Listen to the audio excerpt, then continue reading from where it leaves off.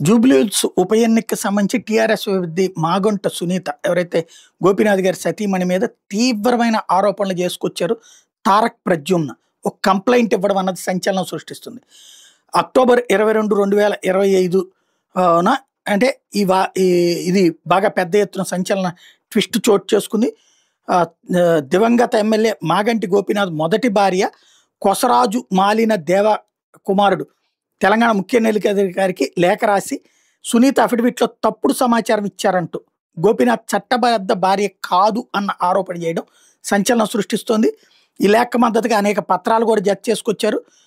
ఆయన చేసిన ప్రధానమైన ఆరోపణలు ఏంటంటే తారక్ ప్రద్యుమ్న చెప్తున్న దాని ప్రకారం మాగంటి గోపీనాథ్ 1998 ఏప్రిల్ 29న కొసరాజు మాలిన దేవనని చట్టబద్ధంగా పెళ్లి చేసుకున్నారు.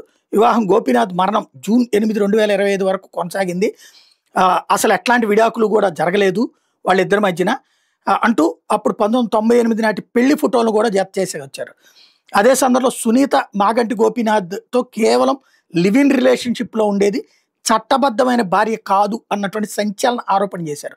దీంతో సునీత తాను గోపీనాథ్ భార్యగా తన పిల్లలను చట్టబద్ధ వారసులుగా తప్పుగా చూపించారంటూ తారక్ ప్రద్యుమ్న కంప్లైంట్ చేసుకొచ్చారు. అఫిడవిట్ మరియు ఫ్యామిలీ సర్టిఫికెట్ చూస్తే ఎన్నికల అఫిడవిట్లో ప్రజాప్రాతినిధ్య చట్టం 1951 సెక్షన్ 125A ప్రకారం తప్పుడు సమాచారం ఇచ్చారని ఆరోపిస్తూ, అలాగే Rajendra Nagar revenue divisional officer RDO 2025 October 11 జారీ చేసిన ఆర్డర్ రెఫరెన్స్ C/2100/2025 ప్రకారం సునీత పొందిన ఫ్యామిలీ సర్టిఫికెట్ నెంబర్ C/08/2025-262 తేదీ 4/7/2025 తప్పుడు అని ధృవీకరించారు. అంటే ఇవ్వని సర్టిఫికెట్ ఇచ్చినట్టు చెప్పారు. అదొక అబద్ధపు సర్టిఫికెట్. గోపీనాథ్ మొదటి వివాహ విషయాలు ఉద్దేశపూర్వకంగా దాచేశారు అన్నటువంటిది ఆరోపణ చేసిన ఈయన ఎవరు ఈ తారక్ ప్రద్యుమ్న అంటే నేనే గోపీనాథ్కి చట్టబద్ధమైన ఏకైక కొడుకుని అని చెప్తున్నాడు.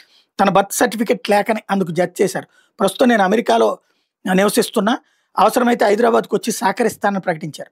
ఇప్పుడు తను ఇవాళ ఎందుకు ఈ మొదటి భార్య రెండో భార్య లేకపోతే పెళ్లి కాకుండా లివ్ ఇన్ రిలేషన్షిప్ అన్నటువంటి పదం ఎందుకు వాడారు ఇదంతా అంటే తారక్ ప్రద్యుమ్న ఎన్నికల సంఘానికి తన ఆరోపణలు ధృవీకరించి అఫిడవిట్ని సమర్పించాలని, తప్పుడు సమాచారానికి చట్టపరమైన చర్యలు తీసుకోవాలని మాగంటి సునీత అభ్యర్థిత్వాన్ని రద్దు చేయాలని డిమాండ్ చేశారు.